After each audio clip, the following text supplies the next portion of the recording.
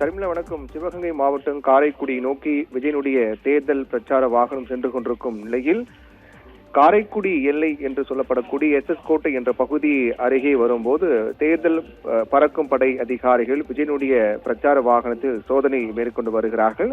தேர்தல் நடத்தை விதிகள் அமலில் இருக்கக்கூடிய சூழ்நிலையில் பல்வேறு இடங்களில் தேர்தல் பறக்கும் படையினர் சோதனை மேற்கொண்டு வருகிறார்கள். முறைகேடாக வாக்காளர்கள் கொடுப்பதற்காக பணம் பரிசு பொருட்கள் கொண்டு செல்லப்படுகிறதா என்ற அடிப்படையிலும் இந்த சோதனையானது தமிழகம் முழுவதும் மேற்கொள்ளப்பட்டு வருகின்றது. ஏனென்றால் தேர்தல் நடத்தை விதிகள் அமலில் இருக்கின்ற காரணத்தால் இதுபோன்ற சோதனை என்பது தொடர்ந்து பல்வேறு இடங்களில் மேற்கொள்ளப்பட்டு வருகிறது. ஏற்கனவே பல கட்சியினுடைய தலைவர்கள் அதே போன்று முக்கிய நிர்வாகிகளுடைய வாகனத்திலும் தேர்தல் பறக்கும் படையினர் சோதனை மேற்கொண்டு வருகிறார்கள்.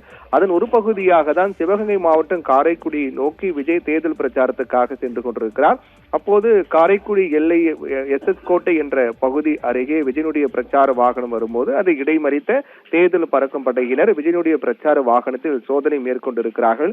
ஏதேனும் பரிசு பொருட்கள் வாக்காளர் கொடுப்பதற்காக பணம் ஏதேனும் கொண்டு செல்லப்படுகிறதா என்பது குறித்து இந்த சோதனையானது மேற்கொள்ளப்பட்டு வருகின்றது.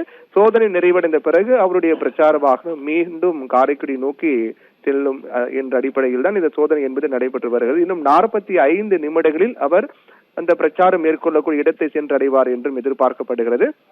காலை 11 மணி அளவில் மதுரை வந்த விஜய் அங்கிருந்து பிரச்சார வாகனம் மூலமாக சிவகங்கை மாவட்டம் காரைக்குடி அருகே சென்று கொண்டிருக்கிறார். இடையில் மதுரை மேலூர் அருகே விபத்து ஏற்பட்டது. அவருடைய தொண்டர்கள் இருசக்கர வாகனத்தில் வந்த தொண்டர்கள் பின்தொடர்ந்து வந்த தொண்டர்கள் கீழே விழுந்து விபத்து ஏற்பட்டது.